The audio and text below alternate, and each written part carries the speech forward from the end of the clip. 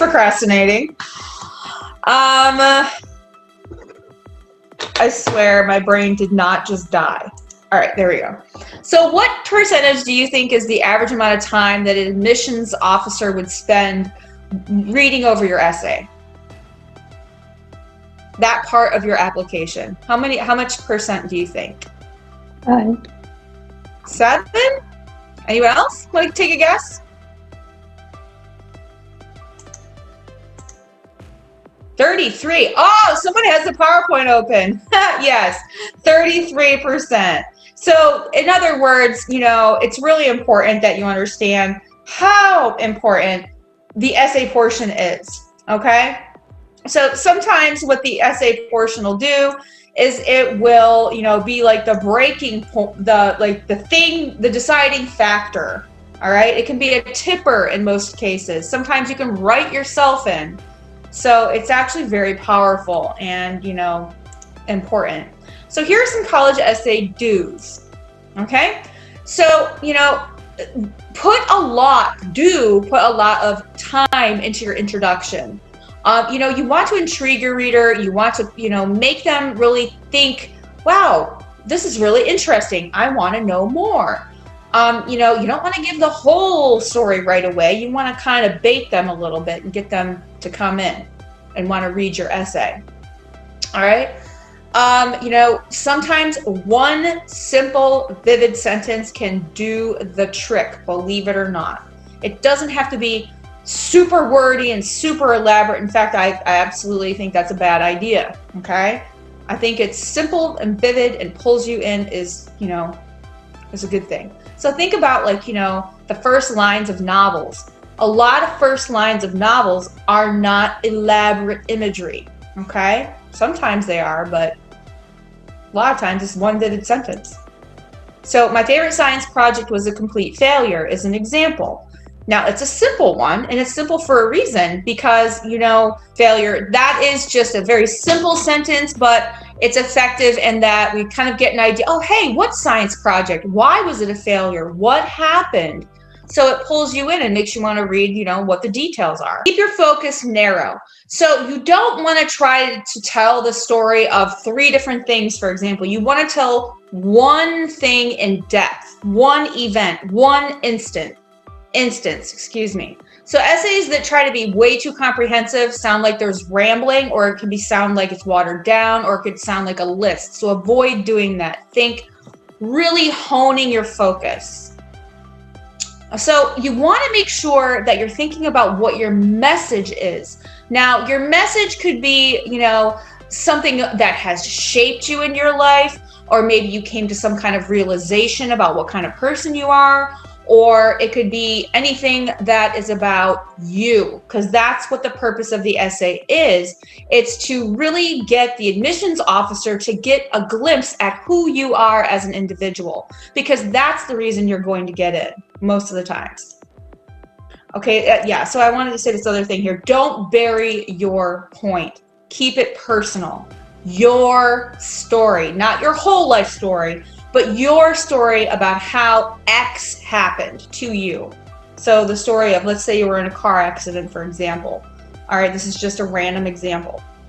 And maybe the injury is, you know, has shaped you to be the kind of person that you are today, because maybe it taught you real courage. Maybe it taught you to face your fears. Maybe it taught you X, whatever that is, okay? So it should not be a story that the student sitting next to you can tell. It has to be so uniquely yours. No one else on the world could say exactly because there may be, 20 students that have been in car accidents, but the story is never going to be the same, because each person has their own unique experience with that. Okay, so be uniquely you is number one.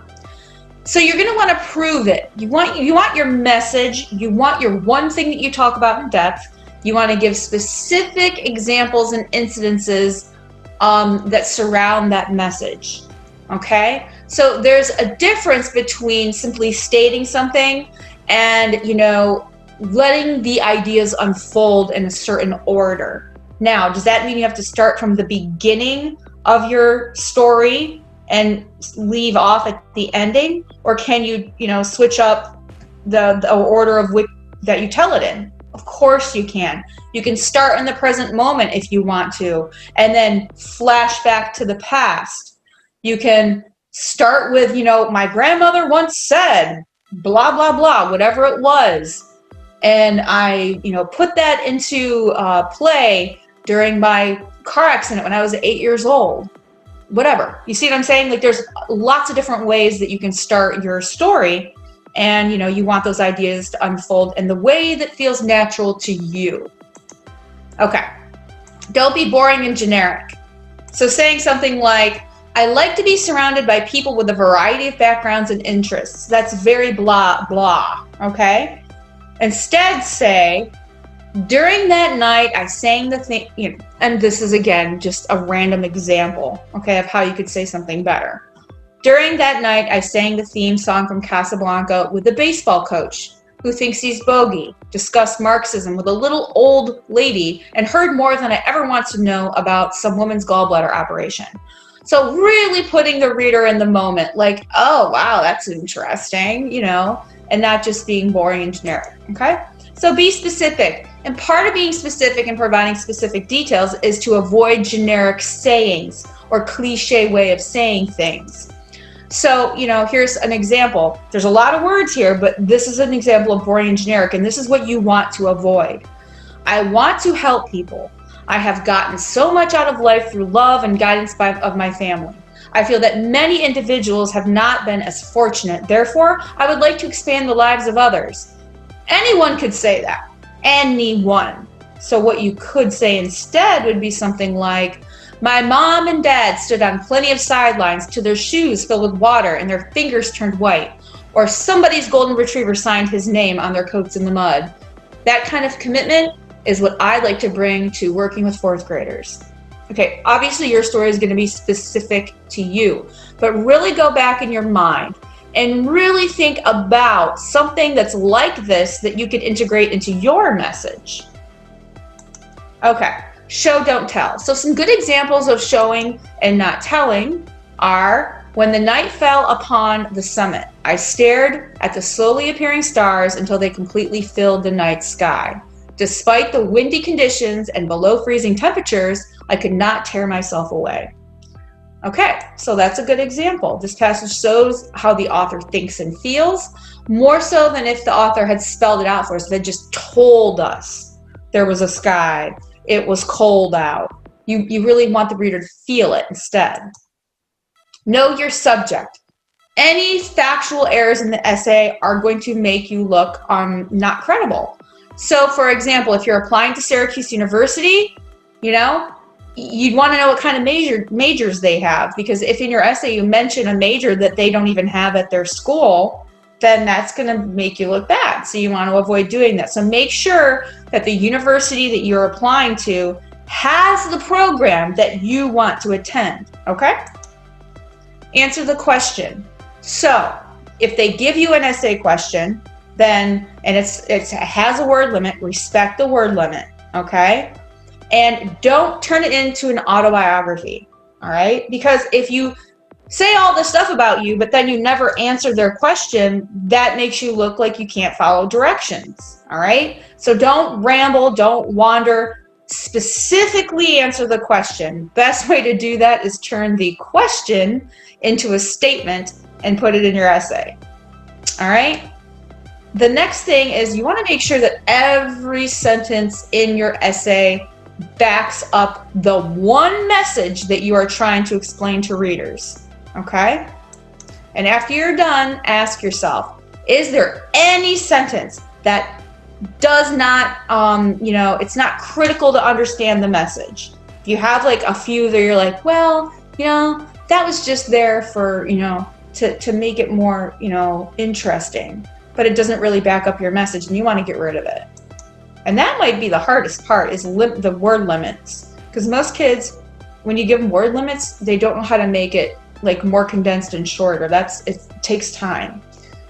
So vary your sentences, your sentence length, your sentence style, and use transitional words and phrases. This will add coherence to your voice This will make you sound very, you know, like you have writing finesse, and it will help your essay logically unfold from one point to the other without your reader getting confused or wondering how you got from point A to point B.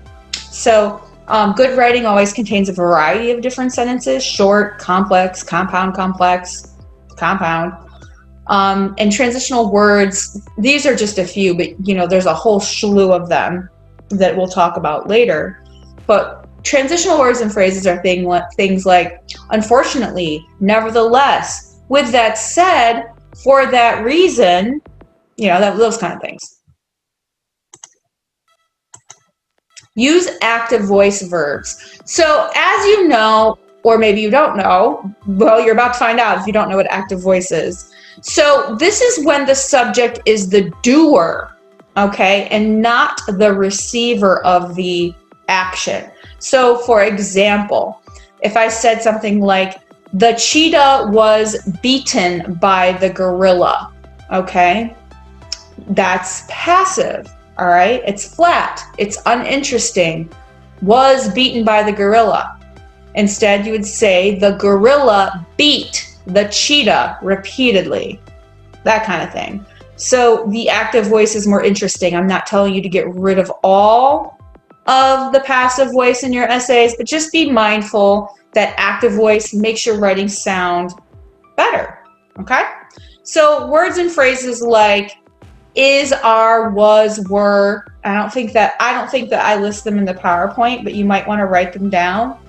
Is, are, was, were, to be, to do, those are all passive voice. So the tray of food was dropped by the waiter. Instead, you should say the waiter dropped the tray of food. So the next point is to conclude effectively. Your conclusion is your last chance to persuade your reader that, you know, you have impressed them. Make it interesting. Make it a long-lasting impression.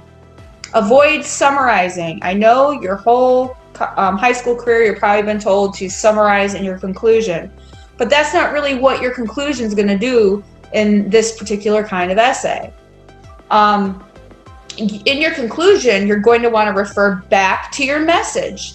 Remind your reader how you changed and, you know, why you're different. Maybe even, you know, you don't even have to necessarily do all that, but you just want to know, you know, how you're going to make your mark in the world, or, you know, maybe you're eager to persuade them that you really need to go to a university like this so that you can begin your journey, to begin making your mark on the world, or to add to what you're already doing, or something like that. All right, so college essay don'ts. Here are the don'ts. So don't tell them what you think they want to hear. They don't need to be fed, all right, lines. They read. They want to know you, okay? They read plenty of essays on different topics, the evils of terrorism, personal commitment involved with being a doctor, yada, yada, yada. It's all very boring to them. So bring something new to the table, not just what you think they want to hear. Don't go overboard with the flattery about the university, etc. Okay? But you should be sincere. You know, they're not looking for a new way to view the world, okay? They're not, but they are looking for how you view it. How you view it might be unique, obviously, because it's you. There's only one you. All right. Don't ever make an assumption that the admissions committee is a bunch of old stuffy professors. That's probably the opposite of what you're actually going to see when you get to university. I remember a couple of my professors, they were the opposite of old and stuffy. They were eccentric. They would roll into class, you know, with these crazy clothes on, like, you know, armpit hair hanging out. They wear what they want to wear. They're professors. You'll see. No one's going to tell them how to dress, most likely, because a lot of my professors just rolled in looking how they looked. And they were young. A lot of them were younger. Not all of them were older. They were just really brilliant, younger individuals who have their doctorate and their passion is their scholarly work. So kind of keep that in mind, okay? Don't make assumptions about someone's age or dress or sexual orientation or any of that stuff. All right, don't be cynical or condescending. Avoid anything negative in your essay because you don't want to come across as essentialist, okay? So saying something like any sweeping generalization like all Americans are conforming cowards, or all this, or never this, anything where you use the word all or never, strictly avoid it. And obviously don't be offensive, okay? If you think it might be offensive, then it probably is. Next thing, this is huge. I see this all the time in essays for college. You know, you're not writing a resume. You'll probably give in the application process more or less some form of a resume because you're filling out an application. You do not want to repeat any information that's found in any of the steps of your application, okay? That's boring to the admissions committee. It's a laundry list. They don't want that, okay? They don't want to seem like they're reading off your accomplishments, okay? Avoid that. Don't mention your scores. Don't mention any of that stuff, all right?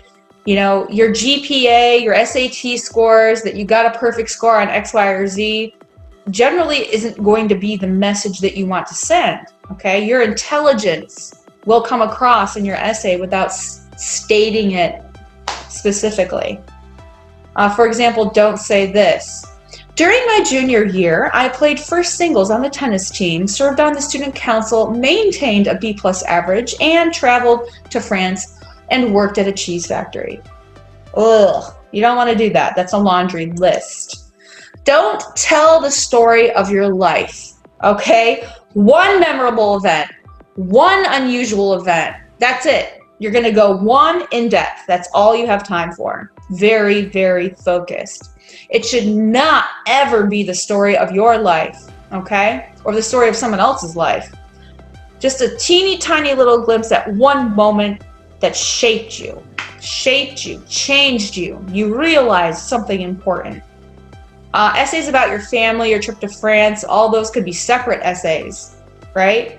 But, you know, one of those in-depth, focused and specific would be perfectly fine. For example, a single Christmas Eve Mass, or maybe a single Yom Kippur service, or maybe a meal of boiled tongue, or maybe one day of scooping ice cream at the place where you worked, or one day of tripping over a log in the woods, or one day, the first time you tried Cheetos. I'm kidding, obviously, but you know, one thing specific.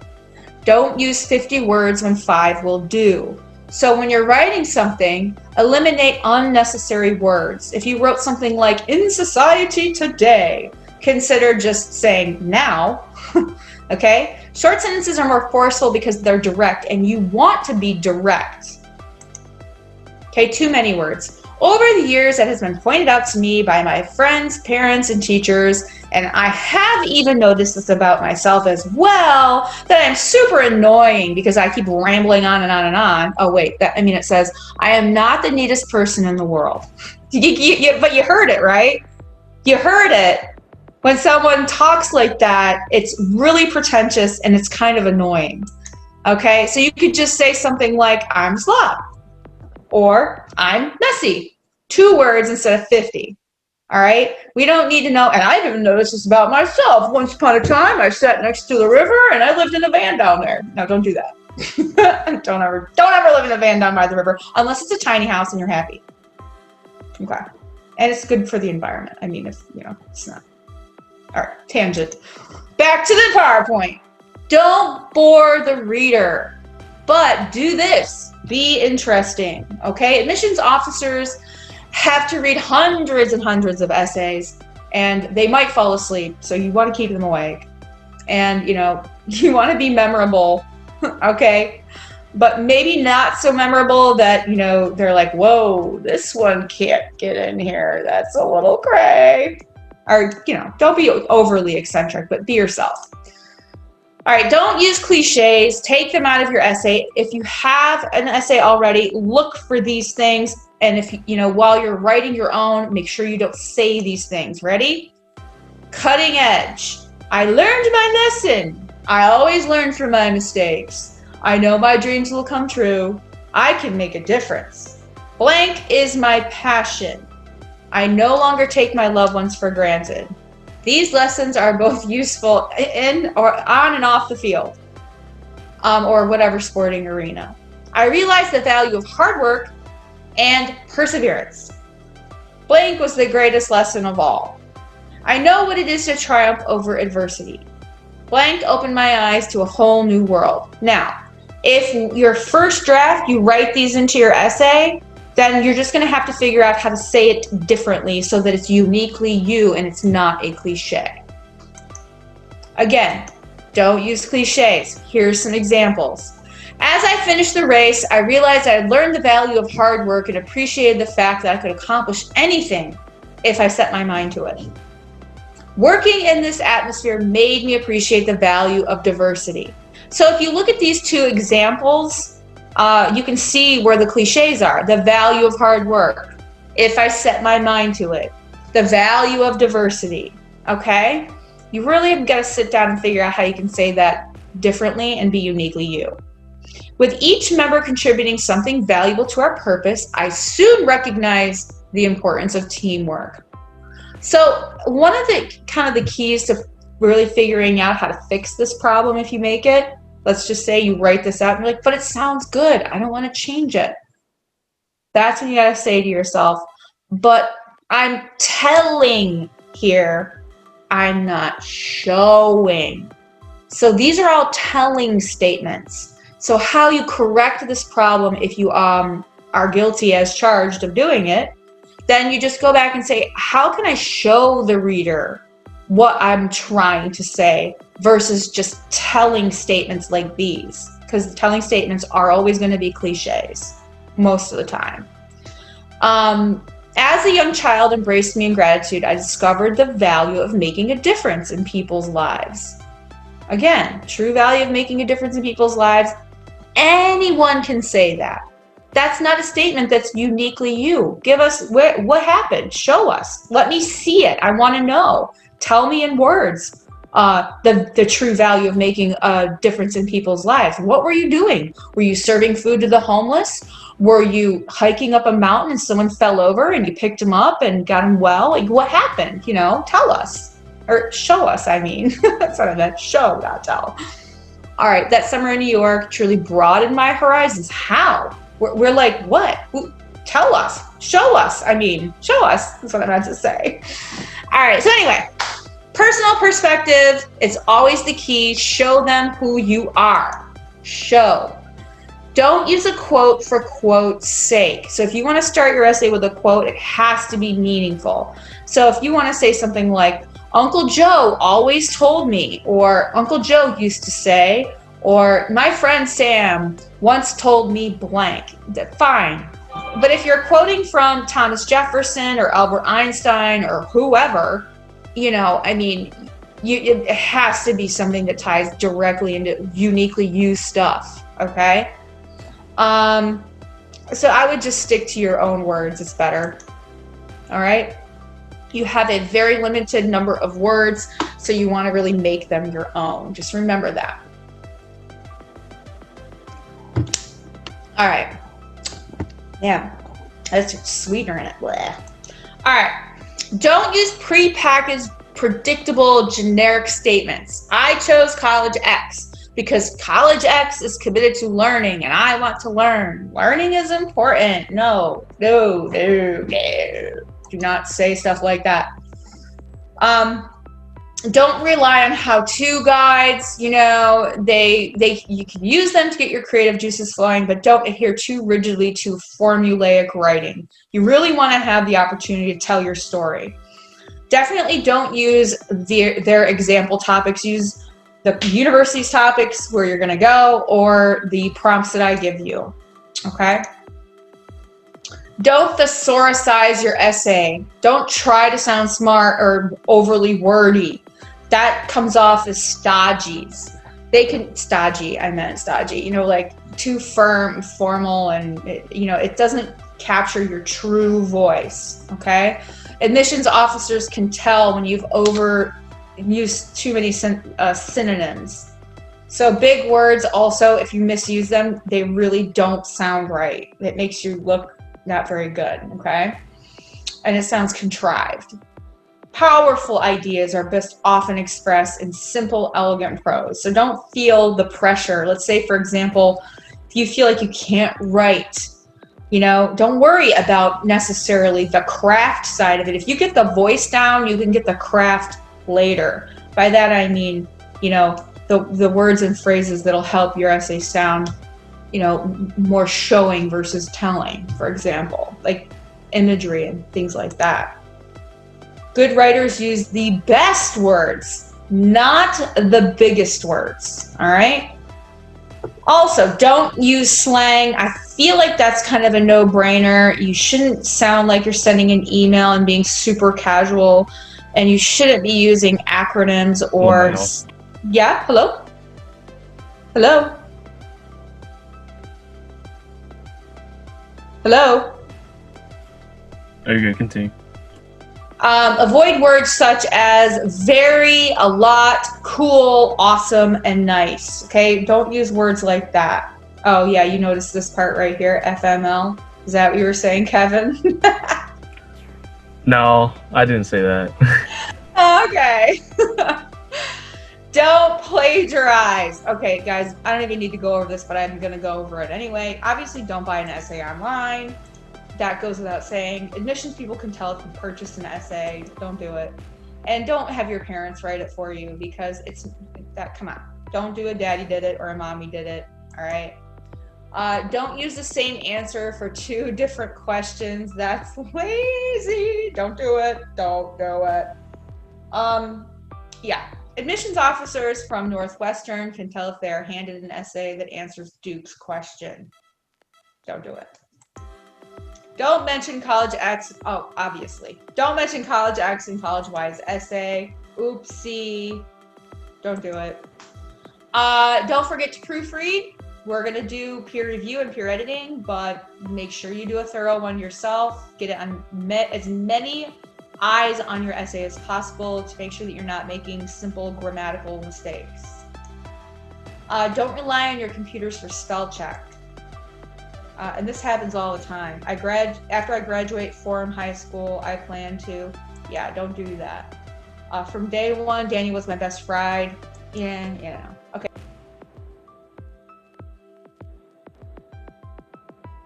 What's wrong? I entered onto the scene of this terrestrial sphere on a vernal evening in 1994. What's wrong with that? What's a terrestrial sphere, first of all, right? Ugh. What's a vernal evening? What? This makes no sense, right? This is not a vocabulary test. I think they were trying to say the Earth. How about I was born in 1994 instead of saying I entered onto the scene of this Earth? Ugh. All right. What's wrong with this? As a high school sophomore, I was our church's representative to the youth fellowship. I helped organize youth events, the largest being the Bishop's Ball, a statewide event for 300 young people. I also played high school junior varsity soccer for 2 years. As a senior, I will be playing varsity soccer. I got an A+ on all of my spelling tests. Blah, blah, blah, blah, blah. What's wrong with that? It's a laundry list. Yes, a list. Anything resume or listicle sounding, listy, get rid of it. Okay, do not write a resume. They would have been better off focusing on one of those things that they listed in depth. One, they could talk about, you know, how being the representative in the youth fellowship taught them, you know, how to be a great leader or something like that. My favorite book is The Great Gatsby by Charles Dickens. What's wrong with that? Who wrote The Great Gatsby? F. Scott Fitzgerald did, not Charles Dickens, okay? So make sure your facts are straight. Get your facts straight. All right, that's it.